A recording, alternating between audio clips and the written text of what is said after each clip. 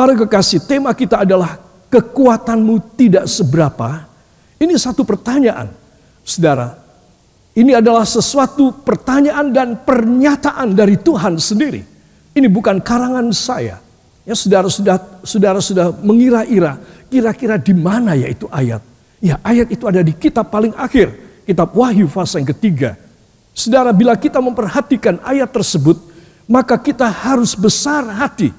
Karena walaupun kemampuan kita tidak seberapa, tetapi kita, karena kita bisa menyenangkan hati Bapa, maka Bapa memberi pekerjaannya sendiri, mengatasi kemampuan kita. Katakan, ini luar biasa.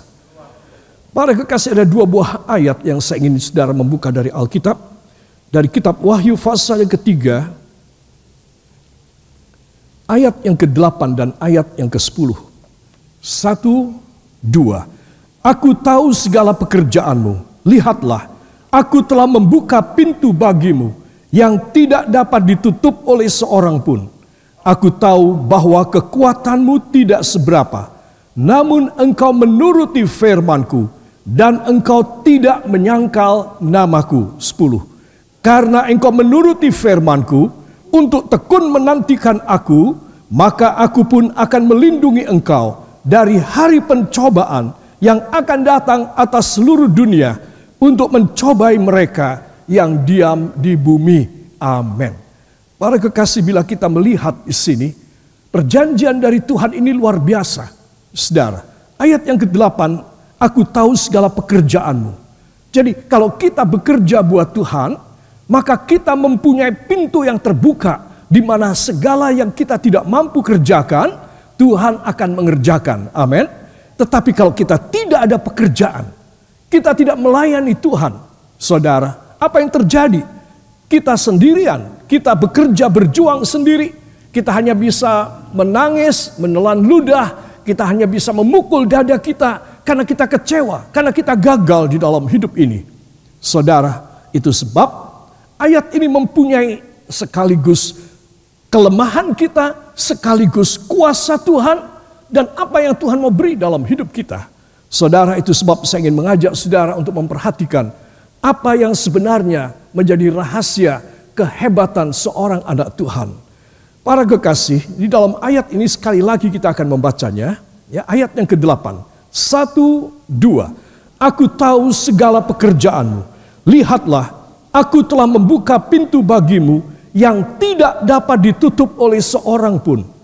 Aku tahu bahwa kekuatanmu tidak seberapa, namun engkau menuruti firman-Ku dan engkau tidak menyangkal namaku. Amin. Jadi saudara yang kekasih, di sini kita melihat aku tahu. Aku tahu, kemudian di bawah, aku tahu bahwa kekuatanmu tidak seberapa.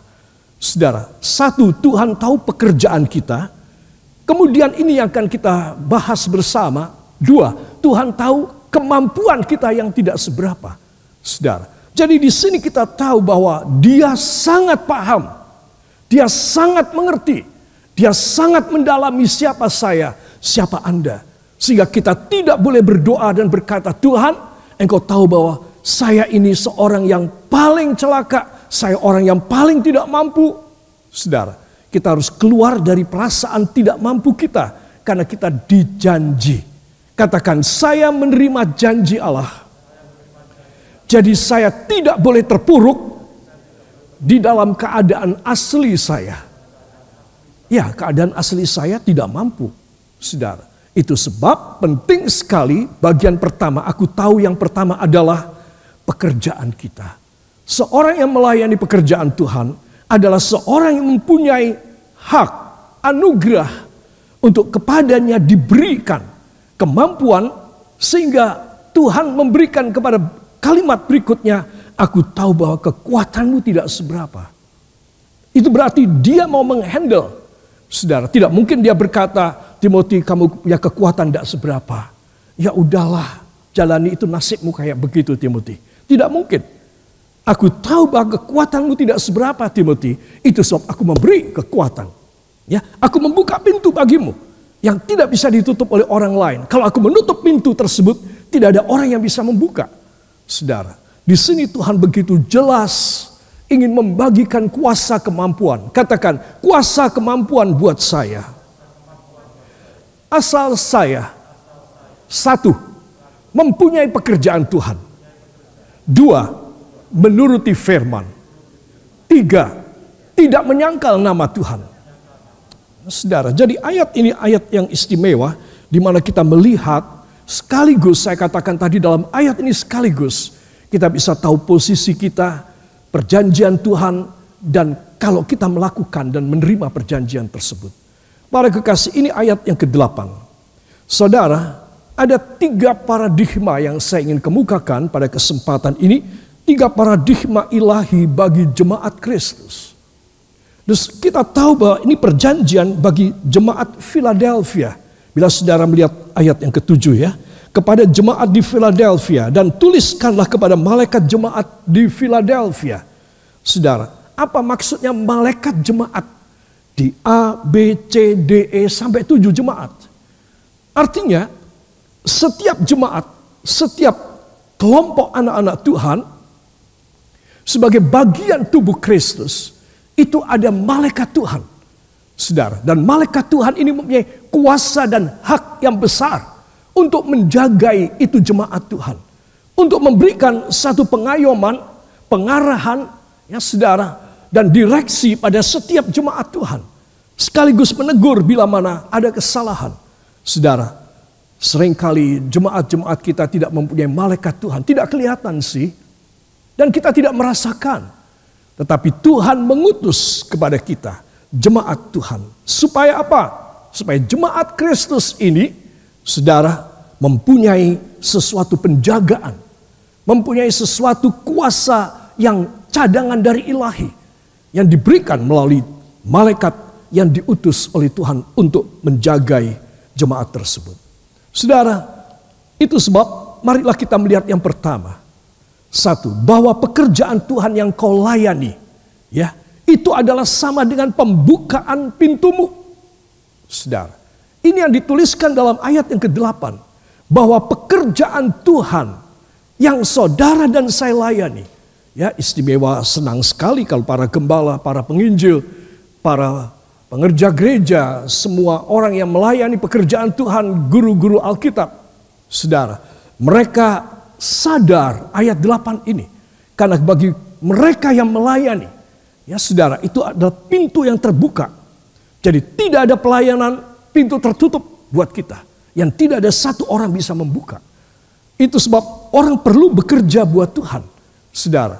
Dan dengan kita bekerja buat Tuhan, yang Tuhan melihat bahwa kita memang ada pekerjaan, kita tidak menganggur, saudara, maka kita bisa menerima pembukaan pintu. Katakan, luar biasa dan mudah sekali.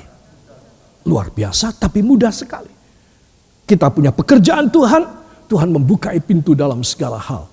Saudara, dan saudara harus menyaksikan pada orang lain bahwa saudara sendiri tidak mampu sih, tapi karena aku melayani pekerjaan Tuhan, Tuhan memberi kemampuan kepadaku, sehingga aku bisa bersaksi kepada kamu bahwa Tuhan mengerjakan banyak perkara yang besar dalam hidupku. Amin. Inilah yang Tuhan ingin memberikan dalam kehidupan kita. Para kekasih, di dalam 2 ayat berikut ini saya akan menyampaikan tentang pelajaran yang lebih mendetail lagi daripada perkataan Tuhan tersebut. Dalam Yesaya 45 ayat 1-3. Ya saudara, mari kita akan membuka bersama dalam Alkitab kita. Tuhan memakai Kores sebagai alatnya. Beginilah firman Tuhan. Inilah firmanku kepada orang yang kuurapi. Kepada Kores yang tangan kanannya kupegang. Supaya aku menundukkan bangsa-bangsa di depannya dan melucuti raja-raja. Supaya aku membuka pintu-pintu di depannya dan supaya pintu-pintu gerbang tidak tinggal tertutup. Aku sendiri hendak berjalan di depanmu dan hendak meratakan gunung-gunung, hendak memecahkan pintu-pintu tembaga dan hendak mematahkan palang-palang besi. Aku akan memberikan kepadamu harta benda yang terpendam dan harta kekayaan yang tersembunyi, supaya engkau tahu bahwa akulah Tuhan Allah Israel yang memanggil engkau dengan namamu. Amin. Katakan, ini luar biasa. Luar biasa banget. Ya, perhatikan saudara. Sudah tentu saya tidak cukup waktu menjelaskan 3 ayat yang sangat penting maknanya. Saudara, tetapi di sini kita akan melihat bahwa perjanjian itu kalau Tuhan berikan, saudara, itu tidak tanggung-tanggung. Saudara, seperti Tuhan memilih Kores. Saudara, anak-anak belajar di sekolah tentang Kores, yaitu seorang raja yang bernama Cyrus atau Cyrus. Saudara, dia adalah raja yang besar sekali. Dia raja yang great di dunia, saudara. Dan Tuhan memakai orang kafir ini, orang yang tidak menyembah Allah Yehova, saudara. Orang yang menyembah berhala, yang seharusnya dibuang dari mata Tuhan. Tetapi saudara, karena Tuhan memilih dia, maka apa yang terjadi? Ada satu perubahan dalam hidupnya. Sehingga Kores dipilih oleh Allah untuk membela umat Tuhan. Saudara, lihat. Ini sesuatu hal yang paradoks, yang berbeda sekali, yang bertentangan sekali. Bagaimana Tuhan memilih orang yang menjadi musuhnya Tuhan untuk membantu umatnya. Mengapa sampai terjadi begitu ekstrem, begitu paradoks?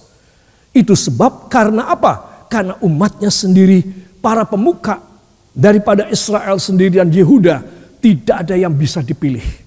Saya ulangi, tidak ada yang bisa dipilih.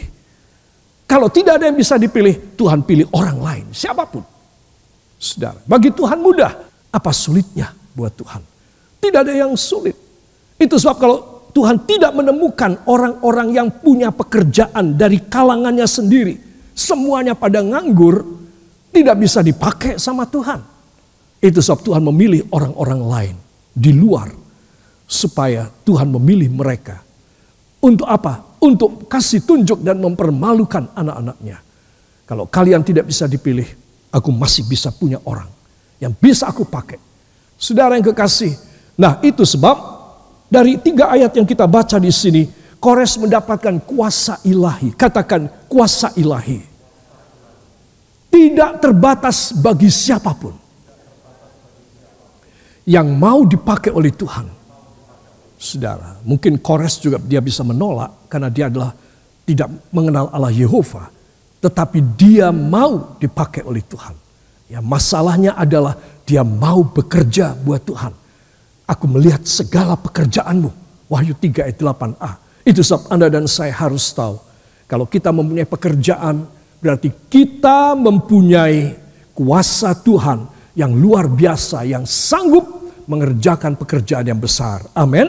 Seperti Kores. Coba kalau saudara membaca. Hak dan kuasa, otoritas apa saja.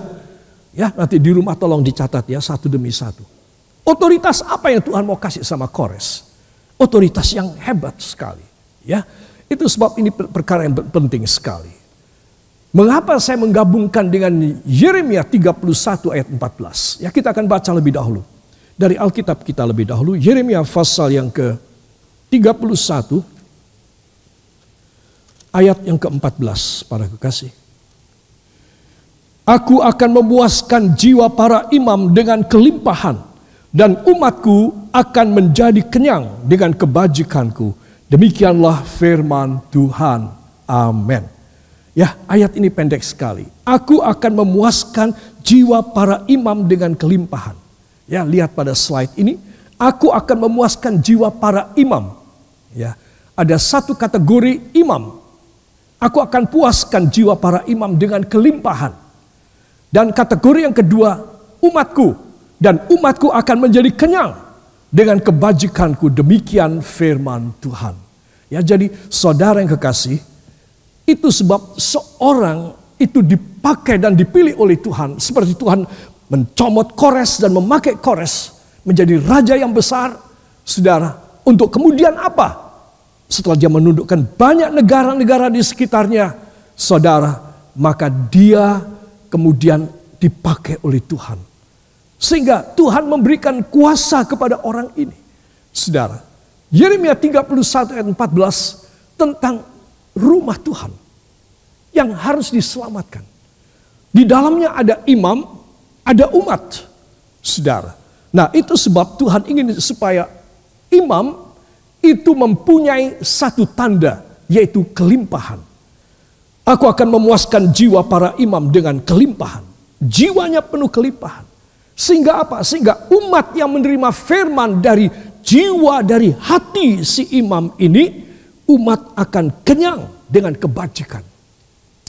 Saudara, itu sebab ini satu kata firman yang sangat menegur semua gembala, semua penginjil, semua guru Alkitab yang bergerak di ladang Tuhan, supaya mereka mempunyai kelimpahan firman Allah. Kalau ada kelimpahan, maka umat yang digembalakan, umat yang dipimpin, atau umat yang mendengar dia berkhotbah melalui radio, melalui televisi, melalui sosial media, semua umat ini akan hidup dengan berkelimpahan, juga penuh dengan kebajikan. Wow, kenyang dengan kebajikanku, saudara. Tetapi kalau saya sebagai imam dan imam-imam yang lain, para pendeta yang lain, tidak mempunyai kelimpahan Allah, maka umat akan paceklik, umat akan kurus kering, umat akan mengalami puso tubuhnya. Apa sebab? Karena para pendetanya miskin firman. Itu sebab penting sekali para kekasih, supaya jemaat ini kenyang dengan kebajikan Tuhan. Ya saudara. Dan ayat ini adalah satu tanda bahwa Tuhan mau memberkati setiap orang yang mau kerja. Nah, saya akan menunjukkan nanti bahwa imam ini bukan seseorang yang hanya satu-satunya di dalam gereja, saudara. Tapi imam ini juga berarti para pemimpin rohani di rumah-rumah, dalam kelompok dan komunitas yang kecil sekali. Saudara harus menjadi imam-imam yang kecil. Katakan, menjadi imam yang kecil. Setidaknya saya harus demikian. Jadi seorang yang mau dipakai oleh Tuhan, dia tidak boleh lepas dari esensi imam. Dia harus ada pada pola seorang imam. Ya saudara. Nah, saya lebih menjelaskan lagi ayat ini. Aku akan memuaskan jiwa para imam, yaitu yang melayani Allah dan jiwa-jiwa.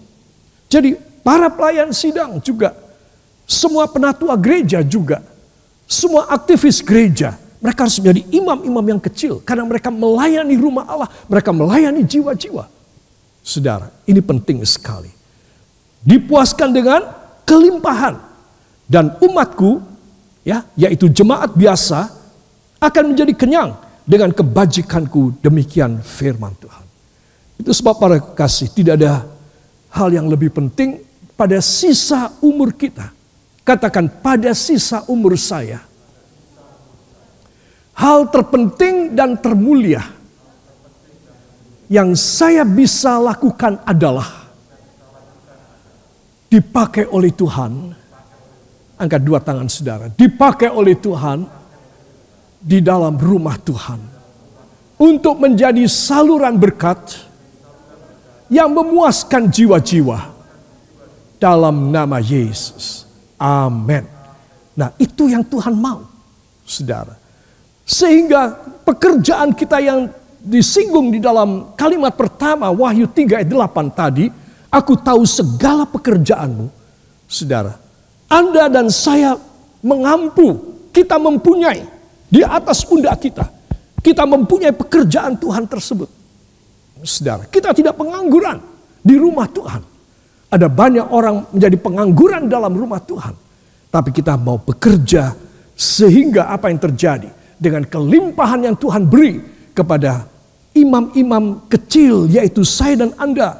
Ibu bisa menjadi imam dalam keluarga, bapak juga di dalam pekerjaan, anak-anakku yang masih muda. Kalian memimpin apa? Kalian bisa menjadi imam yang kecil. Menunjukkan pribadi Kristus. Hidup rohani kepada mereka. Bukan katut, larut, hanyut sama mereka. Tidak. Saudara. Itu sebab di sini kita melihat Tuhan hanya bisa memberkati orang-orang yang satu, punya pekerjaan. Dua, setia kepada Tuhan, kepada firman Tuhan. Tiga, tidak menyangkal namanya. Tiga unsur yang penting ini harus dimiliki oleh seorang yang mau dipakai oleh Tuhan. Saya masih berbicara mengenai soal imam yang kecil. Berjuanglah untuk menjadi imam. Ya, kalau saudara dan saya seorang gembala, maka kita adalah imam. Tetapi kalau saudara hanya membantu pekerjaan Tuhan di gereja saudara, di dalam komunitas saudara, dalam yayasan saudara, institusi saudara, saudara menjadi imam yang kecil. Oke. Engkau tidak full time buat Tuhan, engkau part timer saja. Oke. Jadilah imam yang kecil. Supaya banyak orang boleh datang kepada Kristus. Banyak orang boleh bertobat atas pelayanan saudara. Ini hal penting sekali. Karena ini menyiapkan saudara ketika saudara meninggal. Ketika saya mati, apakah kita meninggalkan hasil yang baik atau tidak? Saudara, ini tidak main-main dan ini bukan hal sepele. Ini bukan hal yang bisa diremehkan. Ini hal yang sangat penting bagi orang yang paham bahwa satu kali dia harus mati dan dia harus masuk ke sorga. Kecuali dia tidak mau masuk ke sana. Saudara, itu sebab pelayanan bagi pekerjaan Tuhan di mana saya menekankan dalam Bible Study kali ini penting sekali. Yang rela dan yang berdedikasi melayani rumah Allah dan jiwa-jiwa. Saudara, jadilah kita di masa pandemi ini memang kita tidak bisa bergerak bebas seperti sebelumnya. 1 tahun 8 bulan yang lalu kita tidak bisa bergerak dengan bebas. Tetapi oke dengan apa yang kita bisa. Sebelum pandemi ini kan Tuhan sudah menyiapkan. Ada sosial media, internet, dan segala sesuatu. Sekarang internet juga semakin berkecepatan tinggi. Saudara, nah dengan apa saja yang kita tidak bisa datangi ke rumah, kita bisa menghubungi melalui video call, melalui Zoom meeting, atau melalui telepon, sesimpel-simpelnya telepon. Atau chatting, SMS, yaitu WhatsApp. Bisa kita kerjakan, saudara, tanpa kita bertatap muka dengan mereka secara real time. Itu sebab Anda dan saya harus, oh ya selama ini pandemi aku nganggur ini. Tuhan mengingatkan pada saat ini, jangan menganggur lagi. Saudara, itu saudara menjadi imam kecil buat mereka. Saudara menyiapkan kematian saudara. Saya ulangi, saudara menyiapkan kematian saudara. Saya tidak menakut-nakuti. Tapi seorang yang mau mati, dia harus bekerja lebih dulu. Baru dia boleh mati. Maka dia akan masuk dalam kerajaan Allah. Katakan amin. Katakan saya harus bekerja keras. Supaya saya diistimewakan oleh Allah Bapa. Sehingga saya boleh dipakainya menjadi saluran berkat yang besar. Walau sebagai imam yang kecil saja. Amin. Ya, ini satu komitmen kita, satu doa kita, satu kredo kita, semboyan kita kepada Tuhan. Ya, dan ini penting sekali. Para kekasih, jangan menganggur. Itu tidak baik. Daniel pasal yang ke-12 ayat yang ketiga, mohon dibuka pada Alkitab saudara. Kitab Daniel pasal yang ke-12 ayat yang ketiga. Saya akan bacakan. Dan orang-orang bijaksana akan bercahaya seperti cahaya cakrawala. Dan yang telah menuntun banyak orang kepada kebenaran seperti bintang-bintang tetap untuk selama-lamanya. Amin. Katakan amin. Ini luar biasa. Saya harus menjadi seperti ini. Ya, saudara perhatikan. Dan orang-orang bijaksana. Ya. Akan bercahaya seperti cahaya cakrawala. Ya. Cahaya cakrawala ini adalah firmament. Yaitu cakrawala itu adalah horizon Allah. Ya, saudara, kalau kita gelap, kalau kita rembang pagi, rembang fajar, maka sebelum kita melihat matahari terbit, kita sudah melihat terangnya lebih dulu. Mataharinya belum kelihatan. Nah, itu namanya rembang fajar. Firmament. Saudara, horizon mulai tampak di ujung kemampuan kita memandang tanah datar ini. Ujungnya itu horizon. Kalau ada matahari yang akan terbit, saudara, maka dia kelihatan menyala dan bagus sekali. Saudara, di situ disebutkan, maka dia akan menjadi orang-orang bijaksana yang membawa orang-orang untuk bertobat kepada Tuhan, ya saudara. Di situ disebutkan yang telah menuntun banyak orang kepada kebenaran. Menuntun banyak orang kepada kebenaran. Apa maksudnya? Saudara, tidak usah menjadi imam, tidak usah menjadi pendeta besar, tidak usah menjadi memiliki gereja. Saudara, seperti apa adanya kita orang, Tuhan mau pakai saudara dan Tuhan mau pakai saya. Katakan amin. Jadi ini penting sekali sebelum kematian. Saudara, supaya apa? Supaya kita menyiapkan, jangan sampai aku tidak bisa masuk dalam kemuliaan Allah. Saudara, aku harus membawa orang-orang, menuntun mereka datang kepada kebenaran. Sampai mereka bertobat, mereka menjadi anak Tuhan. Dan mereka juga mau menyelamatkan orang-orang yang lain lagi setelah mereka diselamatkan. Saudara, tidak boleh berhenti. Ya, saudara, di dalam terjemahan dari English Bible by Rotherham dituliskan demikian. To times, age, abiding, and beyond.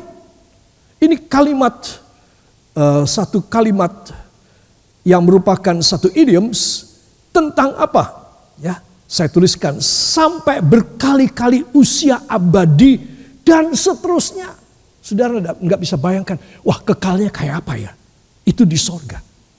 Ya, Daniel 12 ayat 3 ini oleh Alkitab bahasa Inggris, English Bible by Rotherham, disebutkan kalimat terakhirnya, ya saudara, sampai berkali-kali usia abadi, to times, age, abiding, and beyond, dan seterusnya. Coba, keadaan di sorga kekal selamanya. Seringkali orang yang malas, yang tidak bisa menurut firman, tidak taat dan patuh kepada firman, dia hanya memikirkan masuk surga ya gampang, asal aku dibaptis, asal aku percaya, titik sudah. Saudara, itu langkah pertama untuk supaya saudara menghidupi kehidupan kekristenan.